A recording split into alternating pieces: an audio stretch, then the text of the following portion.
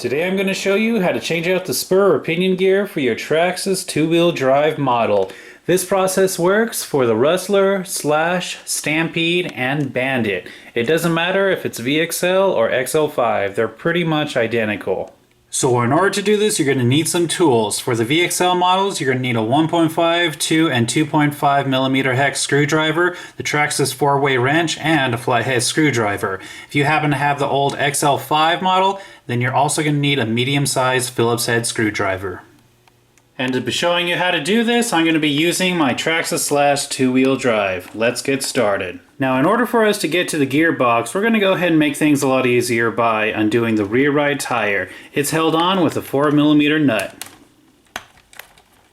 Once you get the nut out of the way, all you're going to have to do is pull off the rear tire and set that off to the side. Now, if you happen to have the Bandit, it's going to be a little bit different on this process. For example, there is no wheel hex hub. Instead, the hex hub is implemented into the rim itself. So when you take off the tire, you're going to have to be careful because there's an axle pin. And if you're not careful, that pin can easily fall out. It's usually a good idea to go ahead and pull this off and just put it in a safe spot on the side. And just in case you didn't know, there's also a Teflon washer that goes on before the axle pin. Now for the Stampede, and Rustler, you don't have to worry about that axle pin because there's a wheel hex hub on there that keeps the axle pin on. So now it's time to go ahead and move on to the gearbox. The gearbox itself is held on with 2 screws. There's one on top and one on bottom.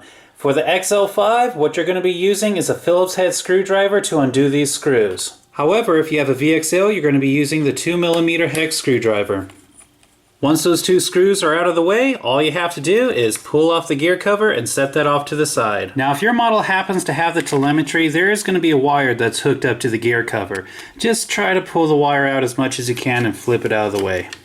Next up, you're going to go ahead and loosen up the 2 screws that hold the motor to the motor mount plate. You're going to have to use a 2mm hex screwdriver to do this. And all you're going to do is loosen the screws enough so when you grab the motor, you can actually rotate the pinion gear away from the spur. Now, if this is a really old XL5 you have, it's going to be Phillips instead of 2mm hex screws.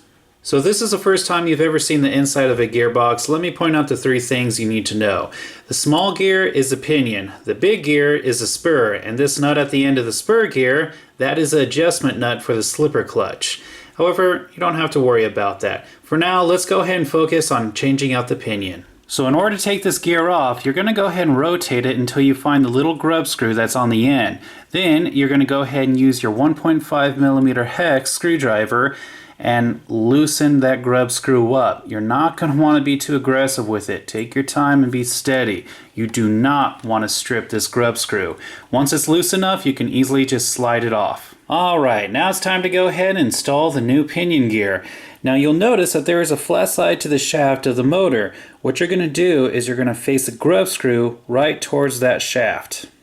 And now it's time to go ahead and line up the pinion gear. What you're going to do is you're going to go ahead and push the motor into the gearbox and make sure that it's flush with the motor mount plate. Then you're going to go ahead and adjust the pinion gear and make sure that it's perfectly lined up with the spur. Once it is, go ahead and tighten down that grub screw. Just remember that grub screw needs to face the flat end of the motor shaft. Once you have that grub screw tightened down all the way, well, then you're pretty much done. Now, it's time to show you how to do the spur gear. So to take this gear off, you're going to have to undo these 3 button head screws using a 2.5mm hex screwdriver. Once those screws are out of the way, this is when you're going to go ahead and use your flathead screwdriver to go ahead and pry off the spur gear. Rotate a little bit and then just, pry. Keep going all the way around and it should come right off. Now if your system happens to have the telemetry, you're just going to go ahead and pull off this magnet brace. Then you can go ahead and pull off the spur. Now it's time to go ahead and install the new spur gear. You're just going to line up the holes for the screw. Push it all the way down. If you happen to have the telemetry, go ahead and put the magnet mount back on and then redo the 3 screws that hold it on. Now, an important tip, you don't want to tighten one of these screws all the way down and then move on to the next. You're going to tighten one until it's snug and then just keep going around in a circle until all the screws are all the way down. Alright, and that's it. That's how you switch out the spur or the pinion. Now it's time for a very critical step. It's time to work on the spacing between the pinion and the spur gear before you tighten down the motor. First, I'll go ahead and show you Traxxas's method. So, for this method, what you're going to do is you're going to go ahead and rotate the motor until the pinion gear is completely pushed into the spur gear. Then, you're going to go ahead and tighten the motor mount screws, not all the way down, just until they're snug. Once the screws are snug, not tightened all the way down, you're going to go ahead and get notebook paper, nothing thicker than notebook paper. And you're just going to go ahead and rotate the spur gear and feed the paper in between the gears. Then you're going to make sure that these two gears are as tight as possible together, and then all you have to do is tighten these two motor mount screws. Now once you're tightening these screws, be sure to hold these gears in place. You don't want them rotating away from each other when you're tightening these screws down. Once that's taken care of, all you have to do is rotate the gears and you should have the perfect spacing. So the Traxxas method is pretty good, but it's not as good as the results as I prefer, so I just do it by hand. For my method, what I do is I start off by making sure the screws are snug like before, push the pinion gear into the spur gear like before, then I'm just going to very easily rotate the pinion gear away from the spur. Now I'm going to hold the pinion gear still and jiggle the spur gear. There should be a very, very light ticking. You want to keep rotating the pinion gear into the spur until it can't jiggle anymore. Then you're going to take it one small little step back out till there's that small jiggle. Hold everything in place and then tighten down those two motor mount screws. So, depending on which method you use, after you tighten down the motor mount screws, just be sure to hold the pinion gear in place and you should be able to jiggle the spur and hear a slight clicking. If it's moving too much, then yeah, you're going to have to go ahead and put the gears closer together. If it's not jiggling at all, then the gears are way too close and you're going to have to redo it again. I know this is a tedious step, but guys, you got to make sure that you have this spacing proper. If they're too tight together, it's going to strain the motor and it could possibly warp the shaft for the motor. If they're too far apart, then you're just going to destroy the teeth for your spur and you're going to have to keep replacing spur gears. I have seen many people have a lot of problems with the spacing between these two, so make sure you get this right. Alright, now that that's all taken care of, you can go ahead and get the gearbox cover, slide it into place, make sure that it's flush with the transmission, and then reinsert the two screws that hold it down. Remember, the longer screw goes on top and the shorter screw goes on bottom. Once that gearbox is taken care of, go ahead and get your tire. You're just going to go ahead and slide it and jiggle it around while pushing it in. Make sure it's all the way down and then redo the 4mm nut that holds it on. Now, as for the Bandit tire, make sure that you get your axle pin, slide it back into place, make sure that it's even on each side. Then you're going to go ahead and match up that bar with the slot that's on the inside of the tire. Make sure that it's all the way down and then go ahead and tighten the 4mm nut. And that's it, guys, you are done. Now a couple of things I want to cover before I end the video. Alright, so let's go ahead and talk a little bit about the pinion gear. The number one problem that everyone seems to have is when the grub screw strips, how do you get the pinion gear off? If you strip this grub screw, you are in for it. It is a pain to get that thing out. But here's some methods that I use to get it out.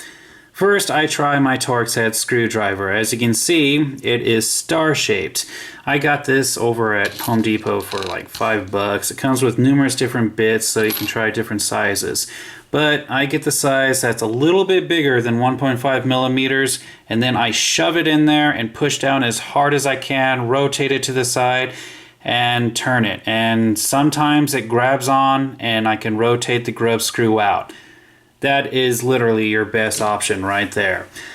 Next up, if that doesn't work, you can go ahead and warm up the gear with a lighter. By doing that, it usually causes the metal to expand enough to alleviate some of the pressure on the grub screw. If you have any kind of thread locker on the grub screw, definitely warm it up with a lighter before attempting to loosen the grub screw. Otherwise, there's a good chance you're going to go ahead and strip it.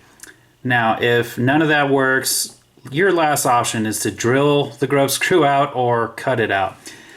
In order to drill it out, just get a drill bit that's the same size as the grub screw and hold it steady and just drill all the way down to the shaft for the motor, and it will destroy the grub screw and allow you to pull the pinion off. Yes, that's going to obviously destroy the pinion in the process. The other method that I've also had to do is cut it off using a hacksaw. I've put the gear into a vise and then I just cut across until the grub screw was destroyed and I was able to get the gear off. Guys, those are really the only options I have found in the past to get a strip grub screw out. So the last thing I want to go ahead and talk about is what size pinion and spurs should you use for your RC? People ask me this all the time. And honestly, it's a bit complicated, but I'll do my best to explain this. Two terms I like to use is gearing up and gearing down. When you gear up, you're using a bigger pinion gear and a smaller spur gear. If you're gearing down, then you're using a smaller pinion gear and a bigger spur gear.